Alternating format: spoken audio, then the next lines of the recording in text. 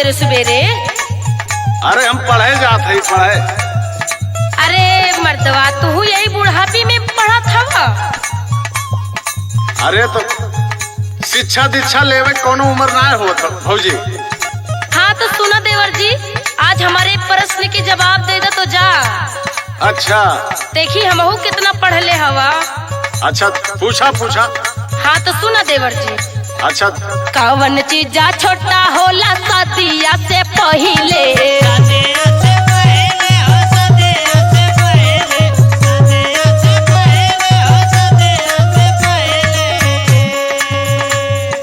कवन चीजा छोटा होला शादिया से पहिले? बतावा देवर हो बतावा देवर, बड़हर हो जाला ससुरवा। बतावा देवर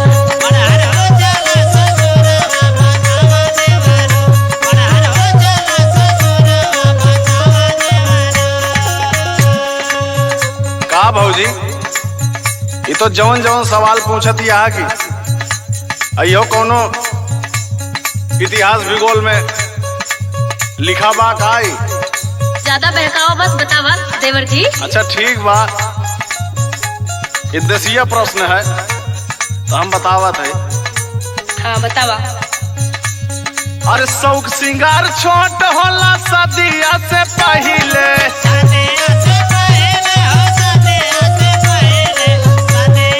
सुनती आई ना? अरे शौक सिंगार छोट होला शादिया से पहिले। सुनाए भाऊजी सुनाए भाऊजी, बड़हर हो जाला ससुरवा। सुनाए भाऊजी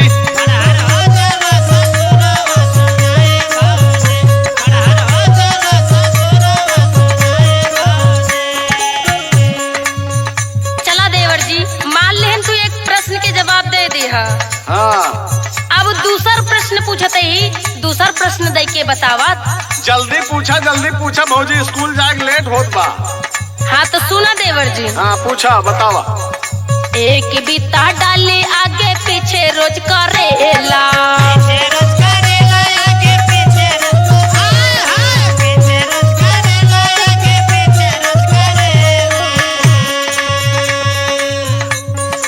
एक बीता डाली आगे पीछे रोज करेला। बतावा देवर हो बतावा देवर, नाता हाथे से हिलावेला। बतावा देवर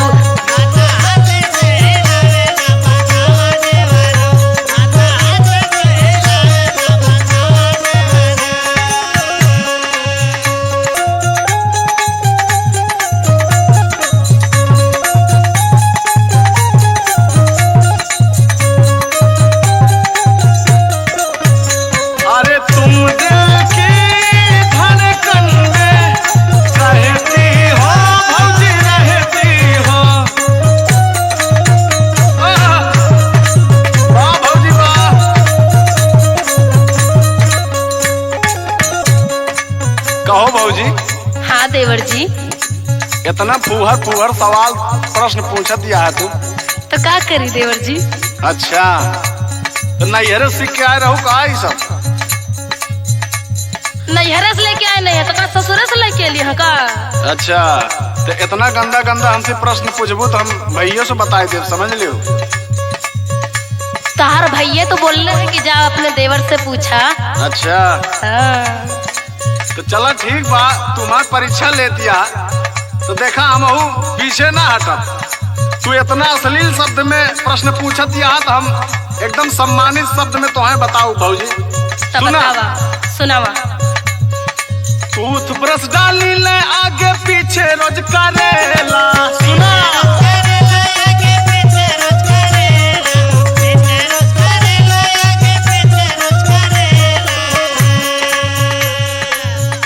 सही है ना?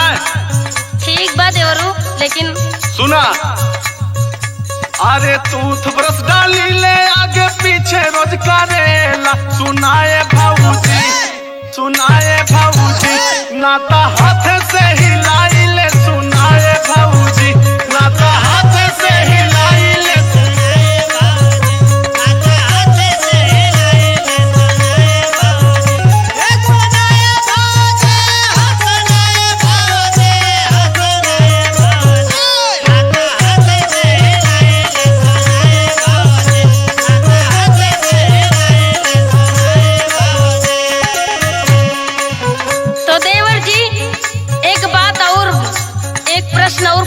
तीसरा प्रश्न, तो अरे- का जवाब देबा? अरे भौजी लागत है तुम्हें आज दुर्गत कह देबो भैयस का आग पड़े। हम जाते स्कूल हम ना बताए तोरे प्रश्न के उत्तर। तो देवर जी एक प्रश्न और है तो बताए तो जा। अच्छा हाँ चला तू मनसा पूरी कैले भौजी चला हाँ तो देवर जी सुना, सुनावा अगर ये प्रश्न के जवाब दे देबा तो जोन कहावा तोन, का देबू जोन कह देबा देवर जी वही देव। तोरे बहनी यानी हमरे सड़वे ने बियाह करवेबू। तो ठीक बा देवर जी कराए दे। अच्छा पूछा पूछा भौजी हाँ तो पूछा। सुना, बार बार घुसावेला पे घुसे कामन चीज ना, घुसे कामन चीज ना हो, घुसे कामन चीज ना, घुसे कामन चीज ना हो, घुसे कामन चीज ना। सुना देवर जी हाँ, ध्यान से, कहा?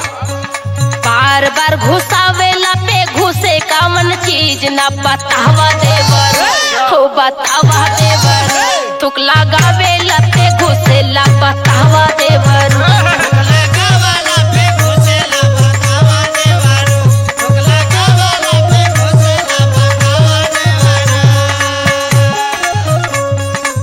देवारू। इतना गंदा गंदा तू पूछत या भौजी बतावा यह कौन तरीका है तो है शर्म लिहा सब धोए पी ले है यहाँ। खाली तोरे दिमाग में ही गंदा चीज भरल बा, ई गंदा चीज ना बा देवर जी। अच्छा हाँ चला ठीक बा ले हम बतावत है। हाँ सुनावा देवर जी बतावा। अरे छेदा छोट सुइया में डोरा नहीं घुसेला, डोरा नाहे घुसेला हो, डोरा नाहे, डोरा नाहे घुसेला हो, डोरा नाहे घुसेला। सही पकड़े ना। हाँ देवर जी सही तो पकड़े। सुना हाँ सुनावा देवर। छोट छेदा सुइया में डोरा नहीं घुसेला, सुनाए भाऊजी सुनाए भाऊजी थुक लगावेला पे घुसे